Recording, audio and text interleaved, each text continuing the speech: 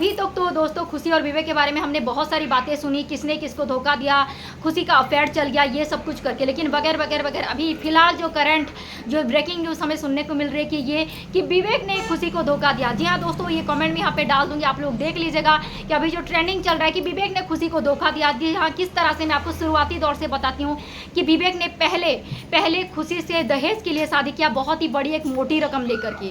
फिर खुशी की पर्सनालिटी को, उसकी बॉडी फिगर को सोशल मीडिया पर डाल के, उसकी बॉडी को लेकर के उसके पॉपुलर बनाया सोशल मीडिया पे। उससे जो कुछ भी अर्निंग होती थी वो खुद अपने पास रख लेता था और खुशी को बहुत अच्छे से उसका इस्तेमाल किया करता था। और जब वो खुशी को यूज़ करते करते खुद पॉपुलर हो गया तब उसने उसको छोड़ दिया।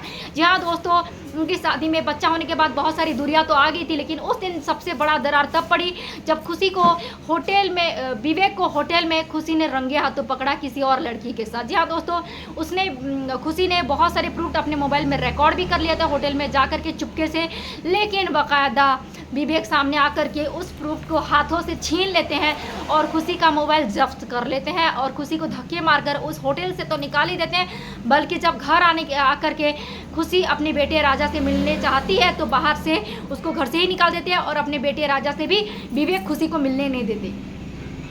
तो खुशी रोते रोते अपने मामा के साथ, जी हाँ मामा के साथ, जिस मामा के साथ वो होटल पहुंची थी, विवेक को होटल में जहाँ रंगे हाथों पकड़ी थी वो अकेले नहीं गई थी, अपने मामा के साथ गई थी। तो विवेक जब खुशी को घर से निकाल देते हैं तब वो अपने मामा के साथ ही वापस मायके चली जाती है, क्योंकि बहुत रोती है, गिड़गिड़ाती है। अगर कोई आपके मुँह पर दरवाज़ा बंद कर दे तो क्या ही कर सकते, दरवाज़ा तोड़ा ही क्या जा सकता है। तो उनके मामा उनको ये समझाते हैं, कोई बात नहीं, आज अगर विवेक तुम्हारे बच्चे को तुमसे मिलने नहीं दिया, कल तक ये तुम्हारा जो घर था आज तुम्हारा घर नहीं रहा, तो कोई बात नहीं, हम लीगल एक्शन लेंगे, कोई ना कोई कानूनी कार्रवाई करेंगे जिससे इनका दरवाजा इन्हें खोलना ही पड़ेगा और उसके बेटे से खुशी से मिलने देना ही पड़ेगा। ये सुनने के बाद विवेक जी को जो बोलते हैं, जाओ तुम्हें जो करना है करो, जो उखाड़ना है उखाड़ लो, ये जो वर्ड है ना, जो उखाड़ना है तुम्हें उखाड़ लो, बहुत बार विवेक अपने चैनल ब्लॉगिंग में भी इस्तेमाल कर चुके हैं। जी हाँ, अरमान मलिक के साथ इनका फाइट हो चुका है, विवेक का लखनीत लखन के साथ इनका जबरदस्त फाइट हो चुका है, तभी यही वर्ड वो यूज़ करते हैं कि जाओ तुम्हें जो उखाड़ना है उखाड़ लो। तो उन्होंने यही किया, अपनी पत्नी के साथ भी उन्होंने यही किया। हम लोग सोच ही सकते हैं कि अरमान मलिक के साथ इन्होंने फाइट किया, चल सकता है, लखनी के साथ ब्लॉक किया तो चले जाने दीजिए, लेकिन अपनी पत्नी के साथ ही थी, अगर इनकी नहीं बनती है अपनी पत्नी के साथ ही जो उखाड़ना है उखाड़ लो, मैं तुम्हें अपने घर में घुसने नहीं दूंगा, ये सिर्फ मेरा बेटा है, मेरे बेटे तक से तुमसे मिलने नहीं दूंगा। ये सुनने के बाद खुशी का जो दिल दहलाने वाला छाती फट चुका था, उसके बाद वो कुछ भी नहीं कर पाई और मजबूरन अपने बेटे की मजबूरी की वजह से वो वापस अपने मायके में लौट गई। जी हाँ दोस्तों, उसने केस तक नहीं करा, कुछ भी नहीं करा, क्योंकि उसकी मजबूरी थी, उसका बेटा। अगर अकेली होती तो कुछ भी अनाप शनाप केस कर सकती थी, कुछ भी गिरफ्तारी विवेक की कर सकती थी, लेकिन उसकी मजबूरी थी उसके बेटा।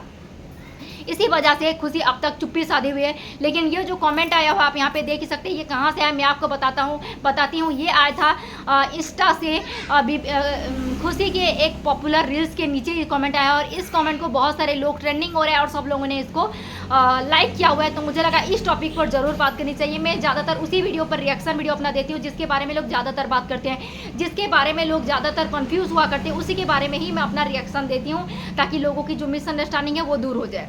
तो खुशी ने ये सुनने के बाद वो वहाँ से चली गई और अब तक 2 महीने से 3 महीने हो चुका है, खुशी को उसके बेटे से मिलने तक नहीं दिया जा रहा। तो क्या ही कह सकते हैं, इसके लिए हम थोड़ा और वेट करते हैं। खुशी कुछ लीगल एक्शन कार्रवाई जरूर करेगी, क्योंकि उसके बेटे से मिलना उसको नहीं दिया जा रहा, उसके बाद वो ज़्यादा बर्दाश्त नहीं करेगी। और देखने वाली बात होगी, जो इंसान अपनी पत्नी से मोटी रकम लेकर के, दहेज लेकर के अपनी पत्नी से शादी किया था, उसी को आज छोड़ देगा, रास्ते पर ही छोड़ देगा जिसने उसको बेटा पैदा करके दिया। ये मर्द होते ही ऐसे हैं, जब इस्तेमाल होना चाहिए कर लेते हैं, जब उसके इस्तेमाल की कोई ज़रूरत नहीं थी तब उसे उखाड़ करके फेंक ले देते हैं। तब अभी उसके पास, खुशी के पास अब कोई दूसरा रास्ता नहीं है उसे केस करने के अलावा। तो देखने वाली बात होगी कि कब तक खुशी केस करती है, क्योंकि हम लोग को जितना सुनने को आया है कि खुशी विवेक के साथ अब नहीं रह रही है, वो अलग अपने मायके में 2-3 महीने से खुशी और विवेक अलग रह रहे हैं। तो ये कोई बात नहीं, और 2-3 महीने बहुत बड़ी ये चीज़ होती है। 2-3 महीने से अगर खुशी विवेक से अलग रह रही है तो ज़रूर कुछ ना कुछ बात होगी। बस देखने वाली बात ये है कि दोनों चुप्पी साधे क्यों हुई हैं। अगर ये लोग अगर अभी नहीं आए तो कब आएंगे, क्योंकि ऐसा ना हो जिन ऑडियंस ने 5 मिलियन तक अपने प्यार और भरोसा दे करके पहुंचा है, कहीं ये देर ना कर दे और ऑडियंस के सामने जब आए तो कहीं देर ना हो जाए, क्योंकि लोगों का, उनके प्यार करने वाले ऑडियंस का गुस्सा जो है बढ़ावा हुआ है, बहुत भड़का हुआ है। तो अगर जब भी खुशी और विवेक सामने आए, या खुशी अकेले आए या विवेक अकेले आए, हमेशा प्रूफ लेकर के सामने आए, क्योंकि लोग अभी बहुत गुस्से हैं। ये बेफालतू बातों पर वो भरोसा नहीं करेंगे कि हम लोग ऐसा हुआ, ऐसा मिसअंडरस्टैंडिंग हो गया तो अभी पैचअप हो गया।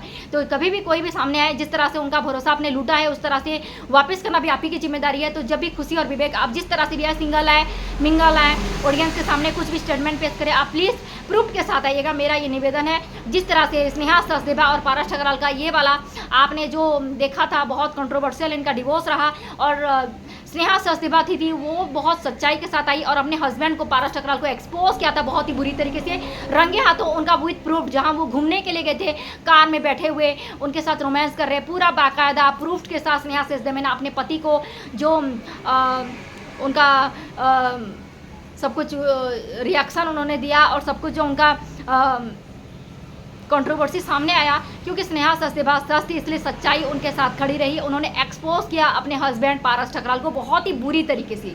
तो इसी तरह से खुशी भी अगर सामने आती है तो सिर्फ बातों पर लोग उनका भरोसा नहीं करेंगे, उन्हें भी कुछ एक्सपोज, कुछ वीडियो सामने लेकर के आना होगा। भले ही हमने को ये सुनने को मिल रहा है कि विवेक ने उनके फ़ोन छीन लिया करके, लेकिन 5 साल 6 साल उनके शादी में के रिश्ते में रही है, कुछ ना कुछ तो उन्होंने